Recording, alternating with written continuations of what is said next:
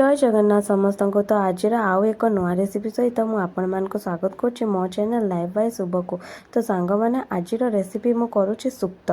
तो सुक्त केमिति मु करे आपण मान सहित शेयर करुच्ची। बहुत लोक बहुत प्रकार सुक्त तैयारी करती, आपण मैंने बहुत प्रकार सुक्त भी देखी थे, किंतु मु पूरा सादा सिंपल केमती सुक्त तैयारी करे ए रेसिपीटी मो माँ ठू शिखी। तो आपण मान सांगे चलते शेयर करुच्ची। तो मु प्रथमे गोटे कढ़ई रे तेल पकईकि बड़ी गुड़ी को भल भाव गोल्डन ब्राउन है पर्यंत भाजी नेबी। से गुड़ा भाजी हो सारापर ताको बाहर करदेवी।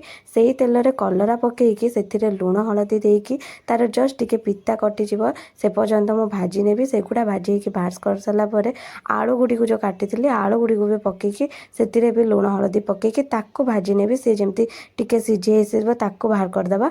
तापर कौन करी छुई गुड़ी को पकईकि से भी लुण हलदी पकईकि अल्प ताको भाजी नवा भल भाव टिके सिझेला पर्यंत। एथिरे हाँ सांग मैंने बैगण और कदली भी पकेले भल लगे, किंतु आम घर क्या पसंद नहीं कदली बैगण सुक्तरे। से मु खाली कलरा छुई आ आलू रे सुक्त तैयारी करछि। कथा को देखो सांग मैंने मु सब गुड़ी को भाजी नहीं कि बाहर करदेली, गोटे जगह रखीदेली। तापरे से कढ़ई रे पियाज आमे काटिकी पकेकी ताको गोल्डन ब्राउन है पर्यंत टिके भाजीमा। भाजी सारा पर आमे कौन करवा बटना मसला पकेदबा। बटना मसला रे मु सोरिष पियाज लंका आउ रसुण अदा जीरा अल्प पकेकी बाटी नहीं। से सब बाटना को पके सारा पर गोटे टमाटर पके देछि। टमाटर टिके मोड़ी हो आसला पर से मु हलदी लुण और काश्मीर मिर्च पकेकी ताको भल भाव 2 मिनिट कषि देछि।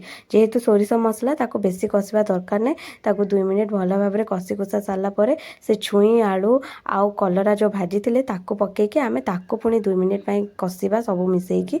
ताको 2 मिनिट भल भाव कषि कुषा सारा पर आमे से मसला गुड़ा जमती सब मिसीज सब सांगरे ताको कषि सारा पर से पानी देदेबा। अल्प पानी दे सारा पर कौन करवा ताको भल भाव गोले गोलाकी मिसेकी ताको 2 मिनिट मु फुटवा छाड़देवी। फुटी साई सारा पर ताको टिके फुटे ही आसला बेलू आमे कौन करवा जो बड़ी गुड़ा भाजी थे से बड़ी गुड़ा को एबे पकईदेवी। से बड़ी पकई सारा पर ताकू मु कौन करी गोटे जगार बाहर कर देछि। गोटे जगार बाहर कर सारा पर से कढ़ई रे आमे ए तरकारी रे भी छुंक दबा। छुंक देले ही ए तरकारी बेसी टेस्टी लगे। तापरे मु सेथरे सोरिष तेल पकईकि फुटण अल्प आ गोटे लंका पकईकि तरकारी को छुंक देदेली। तरकारी को सब छुंक दे सारा पर कौन करछि से अल्प पानी देके आउ टिके धनिया पत्र दे देछि ता स्वाद बढ़िबा पय।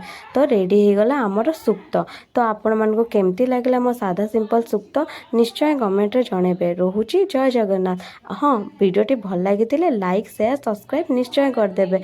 देखा हबो नेक्स्ट वीडियो रे।